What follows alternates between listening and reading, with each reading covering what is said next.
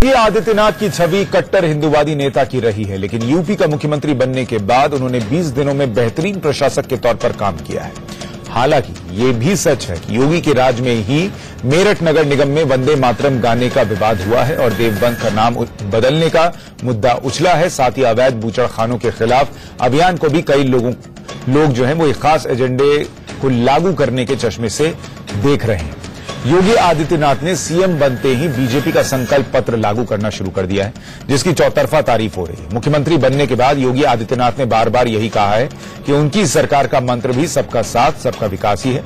इसमें न तो तुष्टीकरण की कोई गुंजाइश है, न ही वो जाति धर्म के आधार पर भेदभाव बर्दाश्त करेंगे। वैसे बीजेपी के संकल्प पत्र में 3 तलाक का मुद्दा भी है और 3 तलाक की शिकार मुस्लिम महिलाएं लगातार योगी के दरबार में फरियाद लेकर पहुंच भी रही हैं, जिससे मुस्लिम समाज का माथा ठनका हुआ है। योगी आदित्यनाथ इससे पहले सूर्य नमस्कार को नमाज की तरह बता चुके हैं और अपने पहले टीवी इंटरव्यू में उन्होंने ये भी साफ किया है कि हिंदू राष्ट्र की अवधारणा में कुछ भी गलत नहीं है। अगर लोगों की जीवन पद्धति सुधारने के लिए यह रास्ता उचित है तो इसे अपनाने में कोई संकोच नहीं होना चाहिए। हिंदू राष्ट्र की अवधारणा कहीं गलत नहीं है। हिंदुत्व देश की ही सुप्रीम कोर्ट की फुल बेंच ने इस बारे में स्पष्ट अपना आदेश जारी किया है। यह कोई मत, कोई मजहब या उपासना विधि नहीं है, यह एक वे ऑफ लाइफ है। अगर लोगों की जीवन पद्धति को सुधारने के लिए, उसमें खुशहाली लाने के लिए यह राष्ट्र उचित है, यह रास्ता उचित है, तो मुझे लगता है हमें उस रास्ते को अपनाने में कोई संकोच नहीं होना चाहिए। उत्तर प्रदेश आज केंद्र की माननीय श्री नरेंद्र मोदी जी के नेतृत्व की सरकार की राह पर सबका साथ और सबके विकास की राह पर चलेगी। यहां पर किसी के साथ न जाति के नाम पर, न मत के नाम पर, न मजहब के नाम पर, न लिंग के नाम पर किसी प्रकार का कोई भेदभाव नहीं। विकास सबका होगा, लेकिन तुष्टीकरण किसी का नहीं होगा। यह आश्वासन देने के लिए मैं आपके बीच उपस्थित हुआ हूं। सूर्य नमस्कार में हमारे जितने आसन आते हैं, जितनी मुद्राएं आती हैं, उसमें जो बंद आप लगते हैं, उसमें प्राणायाम की जो क्रियाएं हैं, आप सबको अगर देख लें तो हमारे मुस्लिम बंधु जो नमाज पढ़ते हैं, आप देखते होंगे उससे मिलते जुलते हैं। एक दूसरे के साथ कितना बेहतर समन्वय है। तो योगी आदित्यनाथ समन्वय की भी बात करते हैं, हिंदू राष्ट्र की बात भी करते हैं, लेकिन कहीं पर वंदे मातरम न बोलने वाले मुस्लिम पार्षदों की मुखालफत होती है। ऐसे में सवाल उठता है कि क्या हिंदू राष्ट्र की प्रयोगशाला उत्तर प्रदेश बनने जा रहा है। इस पर बात करने के लिए हमारे साथ बीजेपी के नेता प्रेम शुक्ला जुड़ रहे हैं। हमारे साथ प्रोफेसर संगीत रागी हैं, आरएसएस विचारक हैं, मौलाना अब्दुल हामिद नोमानी साहब हैं, इस्लामिक स्कॉलर हैं, मौलाना सैयद अतर हुसैन दहलवी साहब हैं, अंजुमन मिनहाज रसूल के से जुड़े हुए हैं, और हमारे साथ प्रोफेसर मुकेश नायक साहब कांग्रेस के प्रवक्ता, और पंडित विवेक विराट मुदगल साहब हिंदू धर्मगुरु भी थोड़ी देर में जुड़ेंगे। दहलवी साहब, मेरा पहला सवाल आपसे ही है कि 20 रोज का जो योगी आदित्यनाथ का कामकाज रहा है और साथ ही एक हिंदू राष्ट्र की भी वो बात करते हैं, क्या इससे जो उनकी कट्टर हिंदूवादी छवि थी वो टूटती है 20 दिन के कामकाज को देखकर, या हिंदू राष्ट्र की बात करने से मुसलमानों के अंदर एक डर पैदा होता है? देखिए, पहली चीज तो जो बार बार हम कह रहे हैं कि पिछले 3 साल में पहली मर्तबा भारतीय लोकतांत्रिक व्यवस्था की जो इसको कहते हैं शिखर है, उसकी जो बात हम कहते हैं कि इसमें व्यक्ति से ज्यादा उसका कार्य बोलता है। योगी जी ने कम से कम ये सिद्ध किया कि भारतीय लोकतंत्र में लगातार कोई एक चेहरा नहीं है, बल्कि लोकतंत्र में वही लोकप्रिय होगा जो लोगों तक संवैधानिक बातों को लेकर पहुंचेगा। योगी जी ने अपने 20 दिन शुरू के इनिशियली जो भी उनके फैसले थे उससे उन्होंने यही साबित किया। जहां तक उनका ये बयान है, अलग अलग उनके बयान आए हैं और मैं समझता हूं कि हर बयान पे जो उन्होंने कहा और जो तबसरे हुए बहुत अच्छे भी थे और बहुत खराब भी थे। जहां तक हिंदुत्व की बात करते हैं, उन्होंने 1995 के मनोहर जोशी यानी वर्मा साहब का जो जस्टिस वर्मा का जो फैसला था उसी के परिप्रेक्ष्य में कुछ बातें कही। आज प्रेम शुक्ला जी और हम इस पे एक दफा बैठ भी चुके हैं। देखिए, मैं कहता हूं 2-3 बातें हैं जिसको स्पष्ट करने की जरूरत है। जाहिरी बात है कि हिंदुत्व के बारे में एक राय वो है जो वर्मा जी की, जस्टिस वर्मा की है, एक राय वो है जो अमीर खुसरो की, एक राय वो है जो अबुल कलाम आजाद की 1944 की है, जिसमें उन्होंने भारतीय मुसलमानों को कहा कि जिन्ना और सावरकर साहब जिस हिंदुत्व की या जिस पार्टीशन की बात कर रहे हैं उसके विपरीत मैं तुमको ये बताता हूं कि हम भारतीय हैं, और भारतीय संस्कृति और कल्चर हमारा हिस्सा बन चुका है। आज क्या पाकिस्तान और बांग्लादेश वो भी अपने आप को इससे जुदा नहीं करते, एक ये परिभाषा है। लेकिन अब इसमें बीजेपी को और संघ को भी 2-3 बातों का जवाब देना चाहिए। एक भारतीयता वो है जिसकी व्याख्या पूरे जजमेंट में आप पढ़िए, बार बार जस्टिस वर्मा कह रहा है कि इसका मतलब ये नहीं कि लोगों को आजादी हो गई है कि दूसरों के तमाम हुकूक को आप पामाल कर देंगे। वो वे ऑफ लाइफ तो है, लेकिन उस वे ऑफ लाइफ के रास्ते में औरों का भी आपको सम्मान करना पड़ेगा। एक हिंदुत्व वो है जो गोवलकर साहब कह रहे थे, एक हिंदुत्व वो जो सावरकर जी कह रहे, एक हिंदुत्व वो जो दीनदयाल उपाध्याय जी ने कहा। पर दिक्कत ये है सर, जैसे कि आप अलग अलग हिंदुत्व की परिभाषा दे रहे हैं कि अलग अलग लोगों ने अलग अलग बातें कही हैं, समझने के लिहाज से भी इसको लोग अलग अलग ढंग से समझ सकते हैं।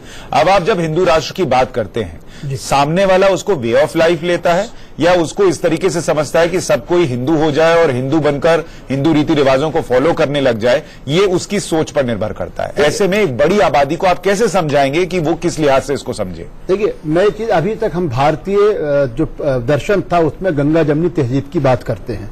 बहुत सारे लोगों को नेहरू से राजनीतिक उनसे विरोध हो सकता है, उनसे उनको कहीं ना कहीं अलग रख सकते हैं, लेकिन सब जानते हैं जो मैकलिन ने पूरा भारत में रिसर्च किया, उसने कहा भारत को समझने के हमारे पास 3 दृष्टिकोण हैं।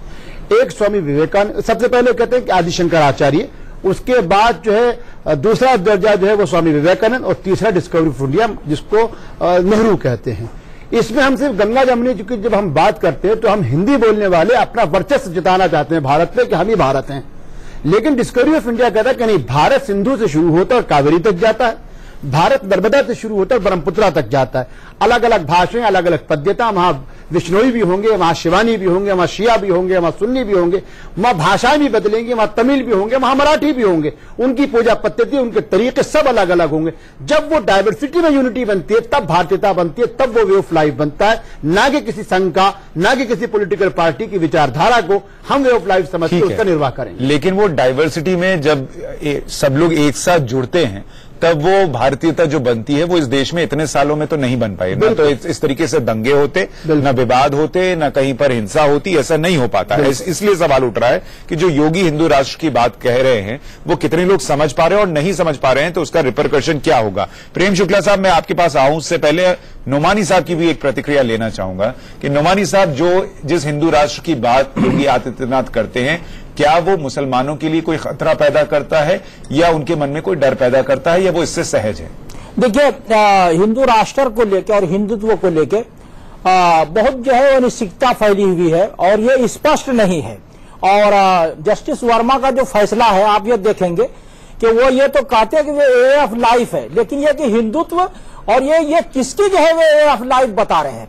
जो जितने भी जो है इस्लाम है, ईसाइयत है, जैन धर्म है और पारसी है, सब अपने अपने धर्म को जो है वे ऑफ लाइफ ही मानते हैं। तो आप देखेंगे कि जो भारत का जुनूब है, दक्षिण जो है और जो है वो पूरब है, सबकी जो है वो जीवन पद्धति जो है और शैली जो है वो बदली। तो जब योगी आदित्यनाथ ये कहते हैं हिंदू राष्ट्र की बात, क्या आपको अंदर से कोई डर पैदा होता है? डर नहीं है, डर नहीं है, बल्कि चिंता की बात यह है कि वो इसको किस तरह जो है वो परिभाषित करते हैं कि हिंदू और हिंदू राष्ट्र क्या है। जो आज है भारत, इससे कुछ अलग होगा या इसी तरह होगा? अगर इसी तरह होगा जो बाबा साहब अम्बेडकर का संविधान जो बना हुआ है, तो इससे अलग होगा, या जैसे आज हम नमाज पढ़ रहे हैं, मस्जिद बना रहे हैं, तो इसी तरह आप बनने देंगे, नमाज पढ़ने देंगे, या कुछ अलग होगा? जब अलग होगा तो हिंदू राष्ट्र की बात क्यों हो रही है? मेरठ नगर निगम में जिन मुसलमान पार्षदों ने वंदे मातरम नहीं गाया, उनको अयोग्य कहे जाने की बात हो गई, या फिर देवबंद को देववृंद करने की बात हो गई, या विक्रम सैनी बीजेपी के विधायक हैं, उन्होंने कह दिया कि जो गाय को माता नहीं मानता, मैं उसके हाथ पैर तोड़वा दूंगा। क्या ये जो चीजें हैं ये भी हिंदू राष्ट्र के नाम पर जो एक गलत सोच है उसको दिखाती हैं और एक खतरा पैदा करती हैं? नुमानी साहब, देखिए, ये जो देवबंद को आप जो है 100 बार नाम बदल दीजिए, कोई जो फर्क नहीं पड़ता है।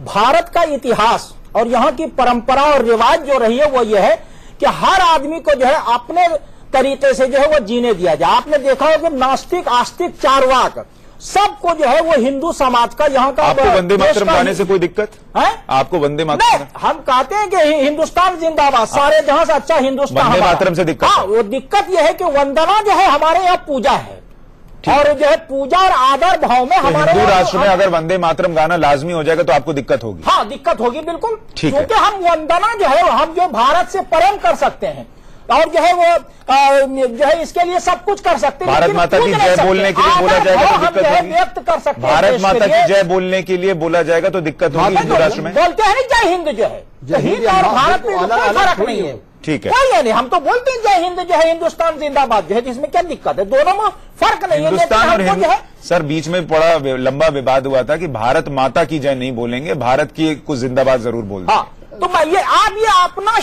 शब्दावली और परिभाषाओं में हमको क्यों बांधना चाहते हैं? जब हम प्रेम भाव मैं नहीं बांध रहा, बाहर एक भीड़ होती है जो बांधने की कोशिश करती है और फिर हंगामा होने लगता है। प्रेम शुक्ला साहब देश के प्रति प्रेम भाव और जो है राष्ट्रवाद को जो है वो भाई बोले हम जो है तो आप वो जो अपनी भाषा जो है, अपनी शैली, अपनी शब्दावली परिभाषा, मुझे और मेहमानों पर भी जाना है, जल्दी से सर आप अपनी बात यकीन प्रेम भाई इंशाल्लाह ताला बहुत अच्छा अपना जवाब देंगे।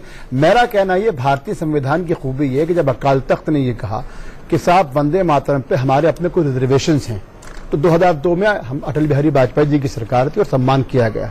जब केरल हाई कोर्ट ने एक कॉन्वेंट स्कूल के लिए राष्ट्रीय गान को लेकर अपना फैसला दिया, तब भी भारतीय संविधान ने कहा कि राष्ट्रीय गान भी जो है, बल्कि अब हमारा यकीन क्या है कि राष्ट्र, राष्ट्रीय चिन्ह, राष्ट्रीय गान, राष्ट्र जुड़ी जितनी भी चीजें हैं वो सम्मान की पात्र, और वही संविधान हमको एक दूसरे के और अपने जो परंपरा उनका भी सम्मान की बात। हमारे साथ प्रेम शुक्ला भी हैं और साथ में कांग्रेस के प्रवक्ता मुकेश नायक जुड़ गए हैं और पंडित विवेक विराट मुदगल साहब भी हिंदू धर्मगुरु हमारे साथ जुड़ गए हैं, ये मैं बता दूं। प्रेम शुक्ला साहब, अभी तक की आपने दो जो स्कॉलर्स हैं मुसलमानों की तरफ से, उनकी आपने बात सुनी। आपके हिसाब से जो ये कह रहे हैं उसमें आप किस तरीके से उसको देखते हैं, और जो योगी आदित्यनाथ का हिंदू राष्ट्र का एक सपना है या जो बात वो करते हैं, उसको क्या उत्तर प्रदेश में एक प्रयोगशाला के तौर पर रिप्रेजेंट किया जाएगा? देखिए, हिंदू राष्ट्र के संदर्भ में आदरणीय योगी आदित्यनाथ जी ने स्पष्ट शब्दों में कहा है कि सर्वोच्च न्यायालय के तत्कालीन चीफ जस्टिस JS वर्मा जी के अध्यक्षता में जो खंडपीठ थी, उस खंडपीठ ने स्पष्ट शब्दों में कहा कि हिंदुत्व वे ऑफ लाइफ है, और उसी के आलोक में जो है वो इस देश के हिंदू राष्ट्र की बात आदरणीय योगी आदित्यनाथ जी कर रहे हैं। इस देश की संवैधानिक व्यवस्था में संविधान की सर्वोत्तम व्याख्या करने का अगर कोई सबसे बड़ा स्तंभ है तो वो सर्वोच्च न्यायालय है। तो मुझे लगता है कि जस्टिस JS वर्मा जो संवैधानिक बात कर रहे हैं, जो संवैधानिक निर्णय उन्होंने दे रखा है, उसके आधार पर इस देश को यदि हिंदू राष्ट्र हिंदुत्व वाला कहा जाए, जो भारतीयों की जीवन शैली है, तो किसी को न उससे खतरा महसूस होना चाहिए, न किसी को आपत्ति होनी चाहिए। दूसरा मुद्दा इन्होंने यहां पर रेज किया वंदे मातरम का। अब वंदे मातरम पे आपको पता होगा कि कांग्रेस के मंच पर किसी जमाने में मुस्लिम लीग और हिंदू महासभा दोनों की जो है वो अधिवेशन हुआ करते थे 1920 के दशक में। उस समय जो है वंदे मातरम मौलाना आजाद की उपस्थिति में पंडित मदन मोहन मालवीय गायन करते थे, और मौलाना आजाद जी ने कभी जो है आपत्ति उठकर जाने का कार्य नहीं किया। एक दूसरा, वंदे मातरम की इस समय जो सबसे प्रचलित जो गान है वो AR रहमान ने गाया है। बिल्कुल। तो AR रहमान आप बहुत अच्छी बात कह रहे हैं, आदरणीय उलमा है। ठीक है सर, मैं सिर्फ यही जानना मालवीय साहब ने AR रहमान सर मालवीय साहब ने जब वो गाया तब किसी पर जबरदस्ती तो नहीं की कि आप भी वंदे मातरम गाइए, लेकिन मेरठ में जो भाजपा के पार्षद कहते हैं कि जो वंदे मातरम नहीं गाएगा वो पार्षद ही नहीं है। नियम बनाया तो मानना पड़ेगा। नहीं भाई साहब, ये जान लीजिए, बहुत अच्छा प्रश्न किया आपने। सर्वोच्च न्यायालय जब ये निर्णय देता है कि आप यदि राष्ट्रगीत जो है थिएटर में नहीं गाएंगे तो कार्रवाई होगी, तो क्या आप सर्वोच्च न्यायालय को जो है आप तानाशाह कर सकते हैं? मैं आपको नहीं सर, मैं एक मिनट आपको ठीक कर दूं सर मैं आपको जरा सा ठीक कर दूं प्रेम शुक्ला साहब, सर मैं आपको जरा सा ठीक कर दूं प्रेम शुक्ला साहब, जरा सा ठीक कर दूं। सर्वोच्च न्यायालय का ये आदेश है कि थिएटर में राष्ट्रगीत अगर बजता है खड़े होना है, गाना इसमें कोई लाजमी नहीं है। राष्ट्रीय गान पे राष्ट्रीय गान पे सुन लीजिए भाई, वही अब नहीं सुन लीजिए भाई, अब एक नगर पालिका है, ये दूसरे कोई नियमावली बनाई है, तो उस नियमावली का पालन करना उसके सदस्यों का धर्म है। आज नगर पालिकाओं में एक नियम बन गया है कि जिसको 2 से ज्यादा बच्चे हो वो नगर सेवक नहीं हो सकता या पार्षद नहीं हो सकता, तो उसको सारे लोग स्वीकार रहे कि नहीं स्वीकार रहे। चूंकि कॉमन सिविल कोड लागू नहीं है, इस आधार पर हम 3 बच्चे के बाप जो हैं, हम पार्षद हो सकते हैं क्या? सर मैं वो नहीं कह रहा। तो जब कोई जब आप हिंदू राष्ट्र की बात करते हैं, कोई नियम उसको वे ऑफ लाइफ बताते हैं, तो वो वे ऑफ लाइफ आप किसी पर थोप तो नहीं सकते ना सर। यही तो डर पैदा होता है कि अगर लोग वंदे मातरम गाने की जबरदस्ती करने लग जाएं हिंदू राष्ट्रवाद के नाम पर, तो फिर क्या होगा? जबरदस्ती नहीं कर रहे हैं। देखिए ऐसा है नहीं, आप इस बात को, हम एक धर्मनिरपेक्ष देश है, लेकिन हमारे ध्वज में ये धम्म चक्र है। अगर कोई उस पर आपत्ति करेगा तो आप क्या कहेंगे उसको? कल कोई कहते कि मैं धम्म चक्र निकाल के इस देश का राष्ट्रध्वज जो है उसको मैं स्वीकारूंगा, तो कैसा लगेगा आपको? तो उसी तरह से वंदे मातरम भी जो है धम्म चक्र की तरह ही संवैधानिक, वंदे मातरम न गाना वंदे मातरम का अपमान तो नहीं हो सकता ना सर, और स्वीकारना चाहिए। वंदे मातरम न गाना वंदे मातरम का अपमान तो नहीं होगा। अब अभी जनगण मन चल रहा हो, कोई उठ के जाने लगे तो उसको सम्मान कहेंगे आप? नहीं, बिल्कुल अपमान माना जाएगा। अपमान माना जाएगा। जो बसपा से थे तो अपमान माना गया ना। तो उसी तरह से वंदे मातरम, लेकिन जनगण मन जब चलने लगेगा तो आप सबको जबरदस्ती तो नहीं कहेंगे कि आप जनगण मन गाइए? नहीं, कार्रवाई तो होगी ना। लेकिन क्या नई गाने पे कार्रवाई होगी? तो कार्रवाई का पात्र होगी नहीं। नहीं गाने पे कोई कार्रवाई नहीं है। शुक्ला जी आपको अवमानना का भाव होगा तो कार्रवाई का पात्र हो। नहीं, शुक्ला जी अवमानना का भाव हुआ ना, तो मैं राष्ट्रीय किसी भी प्रतीक की यदि अवमानना करता हूं तो आप जो है कार्रवाई के पात्र। अच्छा प्रेम शुक्ला साहब, मैं मुकेश जी के पास जाऊं उसके पहले एक सवाल का जवाब दे दीजिए। क्या आपके हिंदू राष्ट्र का मतलब यह होता है कि जनगण मन और वंदे मातरम न गाना उसका अपमान करना है? संविधान के सारे नियमों का पालन करना, और जो हमारी राष्ट्रीय जो संविधान में कहीं नहीं लिखा कि राष्ट्रगीत आप नहीं गाएंगे तो सम्मान करना। फिर आपने संविधान नहीं, हमारे ये लिखा हुआ है हमारे यहाँ। सर संविधान में कहीं नहीं लिखा प्रेम शुक्ला साहब। भाई साहब, संविधान में बहुत सारे नियम नहीं लिखे हैं। आप संविधान पर बहस करना चाहें तो कल जो है संविधान में तो जो है, ठीक है, तो आज हिंदू राष्ट्र पे बात कीजिए ना सर। मैं आपके हिंदू राष्ट्र की प्रयोगशाला की बात कर रहा हूँ। वहां आपकी इस प्रयोगशाला में सबको वंदे मातरम और जनगण मन गाना होगा, नहीं तो फिर दिक्कत होगी। वंदे मातरम में अपमान क्या है? तो क्यों नहीं? जिसकी क्या होगा? भारत क्या होगी उसमें क्या होगा? इससे अलग होगा जो आज का भारत है। ये वंदे मातरम की आपत्ति क्या है? वंदे मातरम में आपत्ति क्या है? मैं जानना अगर कोई व्यक्ति अपनी मर्जी से कहता, प्रेम शुक्ला जी, प्रेम शुक्ला जी, नहीं प्रेम शुक्ला जी, तो कहते हैं माँ तुझे सलाम, जो बिल्कुल माँ तुझे सलाम कहते हैं वो। आप बहुत ज्ञानी पुरुष है। नहीं, अब सुन लीजिए, आप ज्ञानी है।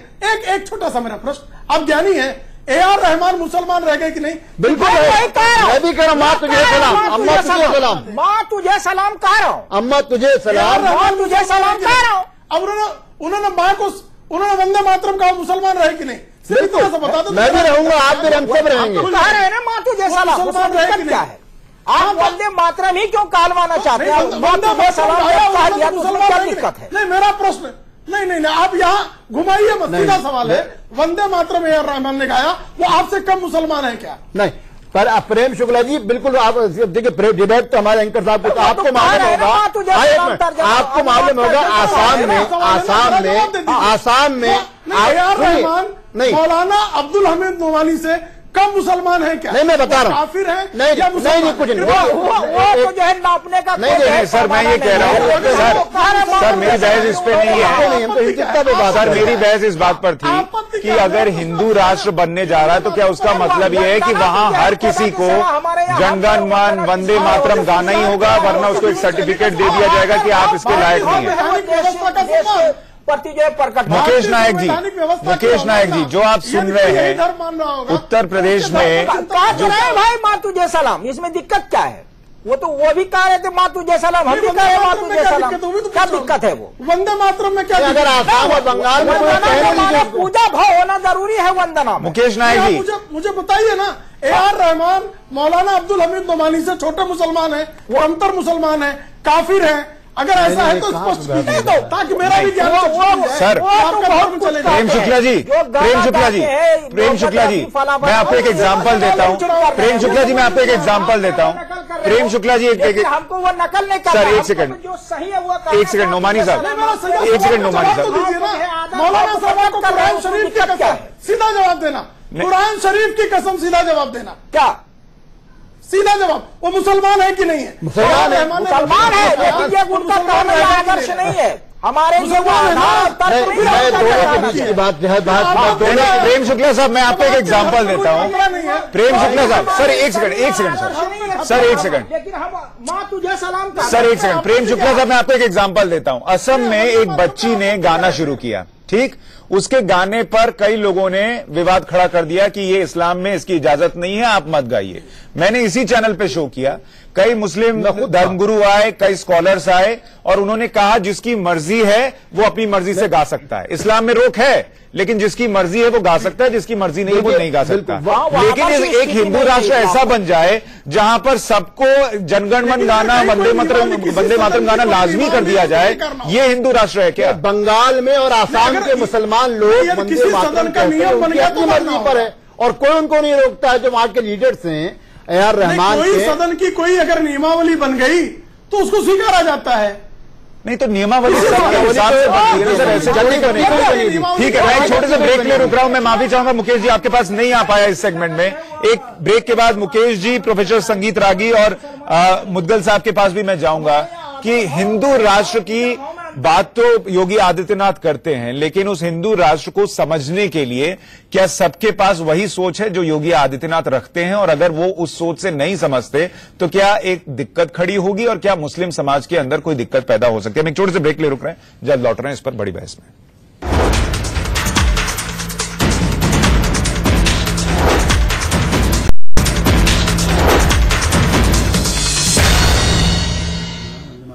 योगी आदित्यनाथ लगातार उत्तर प्रदेश में काम कर रहे हैं और कोशिश कर रहे हैं कि सबका विकास हो सके, लेकिन जब वो हिंदू राष्ट्र की बात कर देते हैं तो क्या किसी तरीके का एक भ्रम फैलता है कि क्या उत्तर प्रदेश हिंदू राष्ट्रवाद की एक प्रयोगशाला बनने जा रही है? मुसलमानों में क्या कोई खौफ, कोई चिंता पैदा होती है? इस पर हम बात कर रहे हैं। हमारे साथ प्रेम शुक्ला हैं, बीजेपी के लीडर, मुकेश नायक कांग्रेस के प्रवक्ता, प्रोफेसर संगीत रागी RSS थिंकर, मौलाना अब्दुल हामिद नोमानी साहब हैं, इस्लामिक स्कॉलर, मौलाना सैयद अतहर हुसैन दहलवी साहब हैं, अंजुमन मिनहाज रसूल के, और पंडित विवेक विराट मुदगल साहब, हिंदू धर्मगुरु, हमारे साथ स्टूडियो में बने हुए हैं। जिन मेहमानों के पास मैं ब्रेक के पहले नहीं आ पाया था उनसे मैं पहले ही माफी मांग ले रहा हूं। मुकेश साहब, आपके पास आ रहा हूं कि हिंदू राष्ट्र की बात या उत्तर प्रदेश क्या हिंदू राष्ट्र की प्रयोगशाला बनने जा रही है योगी राज में? और जो बातें आपने ब्रेक से पहले सुनी उससे कोई दिक्कत पैदा होती है क्या कि लोगों में एक भ्रम पैदा हो कि हिंदू राष्ट्र है तो उसका मतलब क्या है, सब हिंदू हो जाएं, हिंदू रीति रिवाज फॉलो करें या एक वे ऑफ लाइफ को फॉलो करें? देखिए, इस देश का नाम ही हिंदुस्तान है, ये तो पहले ही से हिंदू राष्ट्र है, अलग से ये कैसा हिंदू? देखिए, राष्ट्रीयता और राष्ट्रवाद में एक बुनियादी फर्क है। राष्ट्रीयता का मतलब है कि संविधान के अनुसार समुदायों में सामंजस्य हो, नियम कायदे से देश चले, नियम कायदे से लोग चले, अनुशासन हो, सबको विकास के समान अवसर मिले और कानून सबके लिए एक समान हो, किसी का विशेषाधिकार नहीं हो। लेकिन ये योगी आदित्यनाथ जी ने कहा अपने इंटरव्यू में, मैंने सुना था, उन्होंने कहा कि ये एक वे ऑफ लाइफ है।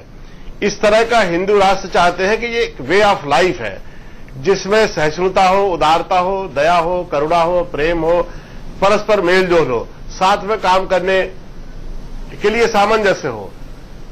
हिंदू राष्ट्र को अभी जिस तरह से परिभाषित किया जा रहा है और जिस तरह से उग्र हिंदू राष्ट्रवाद की परिकल्पना को सामने रखा जा रहा है, उसका अर्थ तो यह हुआ कि अपने ही देश में रहने वाले 30-40 करोड़ लोगों को हम अपने देश का नहीं मानते।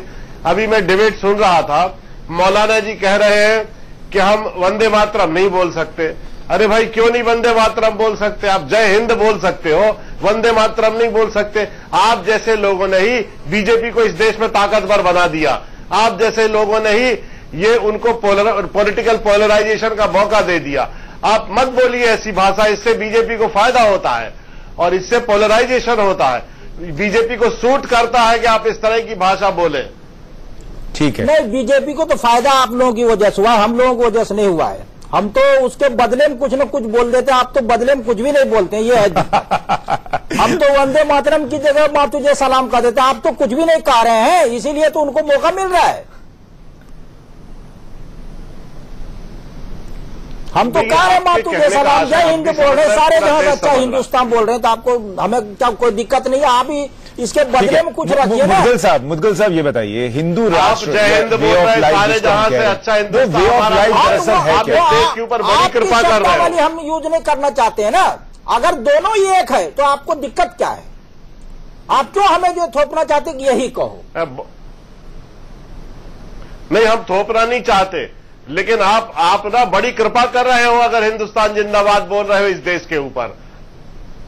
नहीं, कृपा नहीं, ये तो हमारा जो है प्रेम भाव है जिसको प्रकट कर रहे हैं हम जो है देश के प्रति, मां के प्रति जो है। पर मैं एक चीज समझना चाह रहा हूं, मैं मुदगल साहब के पास इसीलिए जा रहा हूं कि हिंदू राष्ट्र जिसको वे ऑफ लाइफ बता रहे हैं, वो वे ऑफ लाइफ क्या ये है कि कौन भारत माता की जय बोलता है, कौन जनगण मन गाता है, कौन वंदे मातरम गाता है, कौन राष्ट्रवादी है, कौन देश विरोधी है? ये है क्या हिंदू राष्ट्रवाद? देखिए, सबसे पहले तो हमें ये समझना चाहिए, जिस हिंदू राष्ट्र की हम बात कर रहे हैं उसका जो धर्म है वो सनातन धर्म है, और सनातन धर्म का जो सबसे मेन मोटिव है वो ये है कि हम लोग कामना करते सर्वे भवन्तु सुखिना, सर्वे सन्तु निरामया, सर्वे भद्राणि पश्यन्तु मां कश्चित् दुर्भाग्य भवेत्। इसका मतलब ये हुआ कि जो ये हिंदू राष्ट्र है इसमें जो भी धर्म के लोग रहते हैं वो अपने अपने धर्म के अनुसार रह के अपने अपने खुदा को, अपने भगवान को, अपने किसी भी रूप में उसको मान सकते हैं, पूज सकते हैं। हिंदू राष्ट्र का मतलब ये नहीं है, हिंदू राष्ट्र का मतलब ये नहीं है किसी को डराना, किसी को धमकाना। हिंदू राष्ट्र का मतलब तो सहनशीलता से है, भावुकता से है, गले लगाने से है, क्योंकि वो सनातन धर्म से जुड़ा हुआ है। कोई अगर उसको गलत तरीके से सोचे या उसके अपने मन के अगर विचार ऐसे है कि नहीं हिंदू राष्ट्र का मतलब ये हो जाएगा कि भाई उसमें मुस्लिमों को कुछ खतरा हो जाएगा, ऐसे ही कतई नहीं है। अगर ऐसा होता तो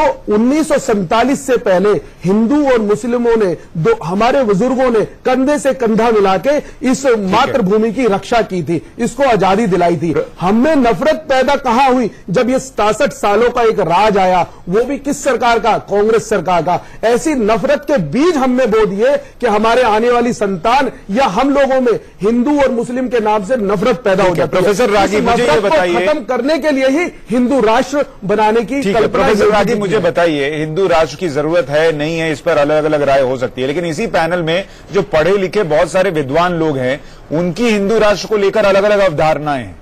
ऐसे में अगर योगी आदित्यनाथ हिंदू राष्ट्र की बात करते हैं, क्या उत्तर प्रदेश में एक भ्रम फैल सकता है? और बहुत सारे लोग जो समझे ही नहीं कि हिंदू राष्ट्र का मतलब क्या है, वो फिर एक बड़ी दिक्कत पैदा हो सकती है।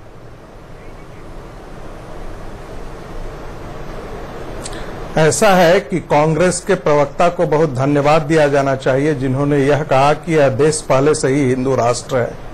वाकई में हिंदू राष्ट्र और हिंदू राज्य के बीच में अंतर किया जाना चाहिए। यह राष्ट्र हिंदुत्व उसका प्राण है, इससे किसी को कोई गिला नहीं हो सकता है। इस देश में बहुत सारे पंथ हैं, लेकिन इसकी जो संस्कृति है, जिसके धरातल पर यह राष्ट्र निर्माण हुआ है, वह हिंदू ही है।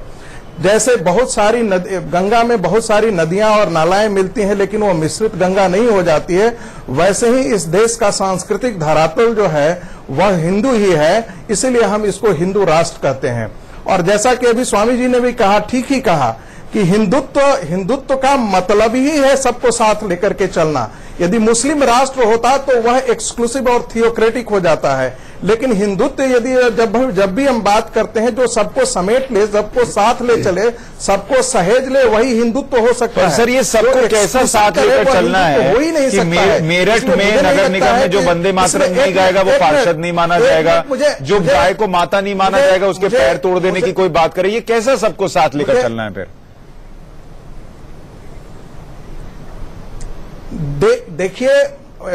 देखिए अपनी अपनी व्याख्याएं बहुत प्रकार के लोग भिन्न भिन्न तरीके से इसको करते हैं। इसका मतलब यह नहीं है कि जो एक्सक्लूसिव कोई बात ऐसी इस प्रकार की कह दे, उसी को हम संवेदना के स्तर पर ले जाकर के कहना शुरू कर दें। यही तो बात मैं कह रहा था कि योगी आदित्यनाथ तो चलिए ठीक है, वो जो कर रहे हैं, देखिए उनके पास मुस्लिम महिलाएं भी आ रही हैं समस्याएं लेकर, मुस्लिम लोग भी पहुंच रहे हैं, उनको भी बड़ी उम्मीदें हैं, कई धर्मगुरु कह रहे हैं कि उनको उनसे उम्मीदें हैं, लेकिन जैसा आपने अभी कहा कि अलग अलग लोग अलग अलग तरीके से समझते हैं। हिंदुत्व का मायने ही है ये।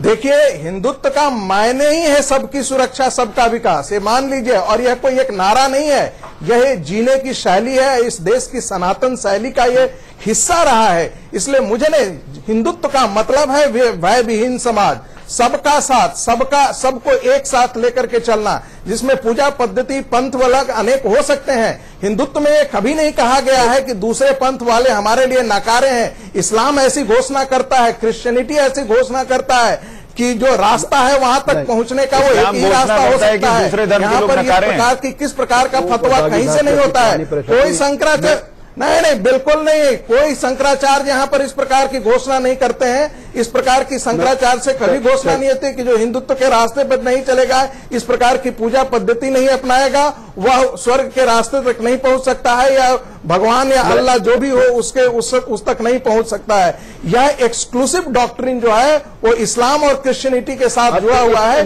हिंदुत्व के साथ। सर, आप जब ये सोच रखते हैं तो हिंदू राष्ट्र में कैसे सबको साथ लेकर चल पाएंगे, जब आपको लगता है कि बाकी धर्म के लोग जो हैं वो हमें या हिंदुओं को हीन समझते हैं, गलत समझते हैं। ऐसे में आप ये भी उम्मीद करते हैं कि हिंदू राष्ट्र में सबको साथ लेकर चलेंगे? संविधान इसी सोच को तो लेकर बनाया गया है कि अगर सब अपनी बात करेंगे तो दिक्कत खड़ी होगी, इसलिए दोनों को अलग रखो, इस्लाम को भी हिंदुत्व को भी। यहाँ जो है संविधान के अनुरूप जो है वो देश चलेगा, इसीलिए तो बनाया गया है वो। इसमें देखिए जो राघव जी जाहिर बात एक बड़े लिखे व्यक्ति हैं और प्रोफेसर ने अच्छी तरह बात रखी। मैं दो बातें इसमें कहना चाहूंगा संगीत भाई। रागी में दो बातें जरा ध्यान देखिए।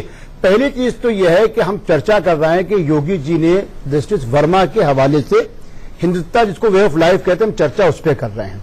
आशंका वहां होती जब हम गोवलकर साहब को पढ़ते और उनके मुताबिक यहां पर जितने भी बाहर से आए हुए ये जो पितृभूमि की जो बात करते हैं उनका इस देश पे कोई अधिकार नहीं होता, तो डर ये लगता है कि लोग कहां जाएंगे। पहला डर तो ये होता है। अब इस देश में मैं समझता हूं रागी साहब से पहले, दहलवी साहब से पहले, शुक्ला साहब से पहले भी देश तो चल ही रहा था।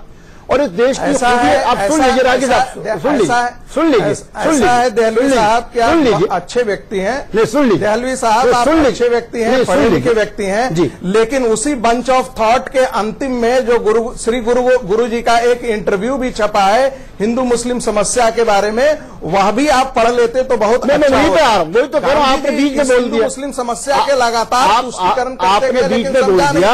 मैं देखिए बीच में आपके बोला नहीं है वंदे मात्रम का विरोध करना। नहीं, मैं आपके बीच में बोला नहीं। अब आप देखिए जज्बाती बातें कह रहे हैं, मैं उस तरीके की बातें नहीं, मेरी शैली नहीं।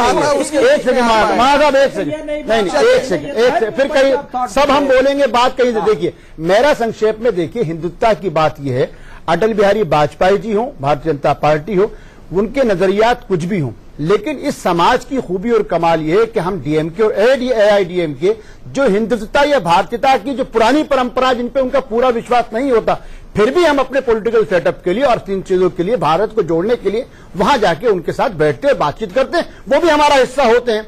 यही भारतीयता की खूबी है कि कुछ भी हो महबूब मुफ्ती को साथ इसलिए लेके चलते हैं कि भारत एक रहे। डर वहां लगता है कि जब परेशानी ये होती है कि योगी जी ने जो कहा वो जस्टिस वर्मा की तरफ इशारा करा है, या उन लोगों की तरफ सड़कों पे लोगों को मारते फिरेंगे, या उन लोगों की तरफ जो कहेंगे कि साहब आप सिनेमा घर में होंगे तो आपको पीटा जाएगा। हिंदू राष्ट्र का मतलब इन लोगों को कौन समझाएगा जो सड़क पर सवाल पूछने लगते हैं कि भारत माता की जय बोलो नहीं तो हड्डियां तोड़ दी जाएंगी। बिल्कुल, डर उनसे लग रहा है, डर संविधान से नहीं है। क्या ये उत्तर प्रदेश में होने जा रहा है? शुक्ला जी, ऐसा ये उत्तर प्रदेश में होने जा रहा है। ऐसा है दहलवी साहब की दहलवी साहब की विविधता में एकता का ये जो नारा है ना, इसमें विभिन्नता ही सबसे ज्यादा दिखाई गई है। इस देश को जोड़ने की कोशिश नहीं की गई है। यह जो विभिन्नता है वह एकता से ही प्रतिस्फुटित है। इसलिए बार बार कह रहा हुआ है भारत के सनातन संस्कृति धरातल को आप भी मान लीजिए, ठीक है कि आपके पंथ से कोई टकराव नहीं है, लेकिन इस देश का सनातन संस्कृति धरातल एक ही है और वो हमारे लिए और आपके लिए दोनों से 25 में इतना अंतर हो गया कि राम और कृष्ण को मानते हैं, आप हजरत मोहम्मद को मानते हैं? ये बताइए। हम तो मानते हैं। आ रहा हूँ शुक्ला जी, एक सवाल इनका है, उसका जवाब ले लूं फिर आपके पास आ रहा हूं। सबको मानते हैं, आप हजरत मोहम्मद को मानते हैं? ये सुन लीजिए, मोहम्मद साहब हमारे पैतृक नहीं थे, लेकिन राम और कृष्ण आप यहीं के हैं, आपके पूर्वज नहीं थे। मोहम्मद साहब हमारे सर, अभी आपने कहा सब बाहर से आए हैं और अभी सब यहीं के हो गए। से उसको जोड़ देते, विचारों से आप बाहर हो जाते। हम तो वैचारिक स्तर पे और जो है रक्त के स्तर पे, देश स्तर पे सब तरह हम अपना मानते हैं। फिर वसुदेव कुटुंबम कहाँ गया? वसुदेव कुटुंबम कहाँ गया? जो वेद कहते हैं, जिनका इतिहास कोई नहीं जानता, जब वसुदेव कुटुंबम की बात करते हैं तो फिर मोहम्मद साहब उस कुटुंब से बाहर कैसे हो गए? गाने में आपको संकोच नहीं होता। अच्छा, प्रेम शुक्ला साहब इसमें कुछ जोड़ना चाह रहे हैं? शुक्ला साहब को वेदी का श्लोक, मोहम्मद साहब इसलिए बाहर हो सकते हो कि वो हमारे पूर्वज नहीं है। प्रोफेसर रानी, थोड़ा सा प्रेम शुक्ला साहब और दूसरे लोगों को बोलना। जवाब भी सुन लेंगे तो बेहतर ठीक रहेगा। है शुक्ला साहब बोलिए। जवाब सुन लेंगे तो बेहतर रहेगा। कहीं भी अगर है दो मुद्दे हैं। एक तो मौलाना दहलवी साहब ने एक तो मौलाना दहलवी साहब ने जो है जी, ठीक है शुक्ला साहब आप बोलिए। मौलाना दहलवी साहब ने श्री गुरु जी को उद्धृत किया, और किसी व्यक्ति को बिना संदर्भ के यदि उद्धृत करेंगे तो उसी तरह से होगा कि जैसे कुरान शरीफ को कोई बिना संदर्भ के उद्धृत करे और उसको जो है ये सिर्फ योद्धाओं का या माले गनीमत वसूलने वालों का ग्रंथ है। तो जितनी गोवलकर साहब आप गलती करें। अगर मैं गीता पे, महापुराणों पे, वेदों पे भी कटाक्ष करता तो आप जूता लेके मेरे सामने खड़े हो सकते थे। मैंने तो गोवलकर साहब के थोट से करा है। व्यक्ति में और ग्रंथ में अंतर कीजिए। व्यक्ति और ग्रंथ में अंतर है। जवाब सुन नहीं सर, देखिए आपको लिखे व्यक्ति में सम्मान करता हूँ। अगर मैं गीता पे, महापुराण पे, वेदों पे, रामचरितमानस पे कहीं कोई अभद्र टिप्पणी करता, आप मुझको टोकते और आपका जूता मेरा सर होता। कुरान में और गोवलकर साहब के थोट में अंतर है। सुन लीजिए, मैं अभद्र टिप्पणी नहीं कर रहा हूँ, सिर्फ मैं कह रहा हूँ कोई गलत मिसकोट कर सकता है तो कृपा करके किसी भी ग्रंथ अरे तो चाहे धर्म ग्रंथ हो, चाहे वैचारिक ग्रंथ हो, कोई भी ग्रंथ को अगर आप गलत तरीके से उद्धृत करेंगे तो उसके अर्थ गलत निकल सकते हैं। मैं सिर्फ इतना कह रहा हूं। एक बात, दूसरी बात आपने कहा कि भारतीय संस्कृति खतरा बतला दिया क्रिश्चियन और मुसलमानों को यही दिक्कत है। नहीं सुनिए तो सही, मेरी बात ये कह रहा हूँ। अब मेरी बात ही नहीं। नायक साहब शुक्ला साहब अपनी बात करें, फिर मैं आपके पास आ रहा हूँ। शुक्ला साहब जल्दी से बात तो हो जाने दीजिए। शुक्ला जी जल्दी से, थोड़ा समय कम है। एक गंगा जमुनी तहजीब की बारंबार बात होती है। आप कृपा करके बताइए, गंगा जी जब संगम में यमुना से मिल जाती हैं तो उसके बाद यमुना जी अलग चलती हैं क्या? तो हम गंगा जमुनी तहजीब यही है कि आप इस जीवन संस्कृति के ही हिस्से हैं, इसमें मिल गए हैं। आपका विकास करना हमारा दायित्व है, हमारा विकास करना आपका दायित्व है। हम तो जो है विश्व का कल्याण की बात करते हैं, और आप जो है हमारा सिर काट देने की जब बात करेंगे कोई नहीं करता। शुक्ला जी इस बात पे कहूंगा तो नायक साहब बोले, कुछ करते हैं। शुक्ला जी नायक साहब बोले, एक शेर सुन लीजिए कि यूं तेवर बदल के न कीजिए हमसे गुफ्तगू, यूं तेवर बदल के न कीजिए। शेरो शायरी के लिए जगह है, ये बहुत अच्छी बात है। नायक साहब अपनी बात कही है। यही हिंदू राष्ट्र है, यही सनातन धर्म। तो नास्तिकों को, चाहवाद को, सबको जो है अब हिंदू राष्ट्र में ये तो नहीं हो सकता सर कि इनकी शायरी के बाद आप कहें कि आपको शायरी सुनानी होगी। नहीं, ये नहीं हो सकता ना। तो जिसकी मर्जी वो सुनाएगी। नायक साहब, हर जबान को उसका हक मिलेगा। नायक साहब अपनी बात कहिए, वक्त कम है। देखिए, अभी शुक्ला जी ने कहा कि किसी भी धर्म ग्रंथ को एक गलत संदर्भ में प्रस्तुत करना नहीं चाहिए। ये देश समृद्ध विविधता का देश है। बहुत लोग यहां पर रहते हैं, अपनी अपनी श्रद्धा, विश्वास, अपने अपने ग्रंथ, अपनी अपनी इबादत का तरीका इस देश में है। अभी शुक्ला जी खुद ही कह रहे थे, मौलाना साहब से खुद कह रहे थे, पूरे देश ने सुना, क्या आप कुरान की कसम खा के बताइए या ये सही है या ये सही नहीं है। अगर बताइए, इन्हें किसने इन्हें अधिकार दिया कि किसी धर्म ग्रंथ की सौगंध? ये तो अदालतों में भी कुरान की कसम खिलाई जाती है हमारे संवैधानिक व्यवस्था में। गीता ये आप बहुत प्रबुद्ध व्यक्ति हैं। हमारे संवैधानिक व्यवस्था में भी खिलाई जाती है। कुरान गीता आपने डेबिट में कह दिया। ठीक है भैया, तौबा तौबा तौबा। चलिए मुद्दल साहब, एक आखिर में सवाल आप इसका जवाब दे दीजिए कि ये जो पूरी बात हिंदू राष्ट्र की हो रही है, हिंदू राष्ट्र शब्द इस्तेमाल करने की बजाय सबको साथ लेकर चलना और सबकी सोच को सम्मान देना, ये बोल देना ज्यादा बेहतर है क्या? हिंदू राष्ट्र से कंफ्यूजन तो नहीं होगा? ये तो मोदी जी का एक वाक्य है ही, सबका साथ सबका विकास, और वो एक हिंदू राष्ट्र यानी कि हिंदुस्तान के अंदर अगर हिंदू राष्ट्र कहो या हिंदुस्तान कहो या सबका साथ या सबका विकास कहो, इसमें कुछ अलग अलग है ही नहीं। सब धर्मों का जहां समावेश है, सब धर्म सब पंथ अपने अपने तरीके से जी सके, वही हिंदू राष्ट्र है। इसमें कट्टरता वाली बात तो कहीं आती ही नहीं। नोमानी साहब और घबराने की कोई जरूरत नहीं। नोमानी साहब और दलवी साहब एक शब्द में जवाब दीजिएगा। क्या उत्तर प्रदेश में योगी आदित्यनाथ जिस तरीके से चल रहे हैं, कोई दिक्कत मुसलमानों को दिखती है क्या? देखिए, हिंदू राष्ट्र, छोटा जवाब, हिंदू राष्ट्र के नाम से घबराना नहीं चाहिए भाई। योगी आदित्यनाथ से घबराना चाहिए। अगर वही होगा जो अब जो है, जो धर्मनिरपेक्ष चाहे सेकुलर स्टेट में है, या सबका साथ सबका विकास होगा, तो हिंदू राष्ट्र हिंदुत्व से दिक्कत देखना चाहिए। बिल्कुल, मैं कहता हूं कि अब तक देश को धर्मदंड से जो राज चलाया जाता था, एक धार्मिक व्यक्ति मठ से उठ के वहां तक पहुंचा है, और उस मठ की खूबी है कि उसकी जमीन की बुनियाद एक मुसलमान की है, वही वसुदेव कुटुंबकम है। उसके अतराफ में सारे मुसलमान आदित्यनाथ अगर ये कार्यक्रम मठ का जो तसव्वुर है वही पूरे भारत को समझेंगे कि उनसे बहुत सारे लोगों को उम्मीदें हैं, और उसमें मुस्लिम लोग भी शामिल हैं, और वो ये चाहते हैं कि जिस तरीके से वो काम कर रहे हैं वो जरूर करें। जो मौका उनको मिला है उसमें सबका साथ सबका विकास हो। लेकिन जब वो हिंदू राष्ट्र की बात करते हैं तो ये भी ध्यान रखें कि बहुत सारे लोग इसका गलत मतलब निकाल सकते हैं। वे ऑफ लाइफ जरूर है, और वो वे ऑफ लाइफ ये कहता है कि सबको साथ लेकर चलिए और सबको अपनी आजादी दीजिए। हमारे साथ बड़ी बहस में तमाम मेहमानों का जुड़ने के लिए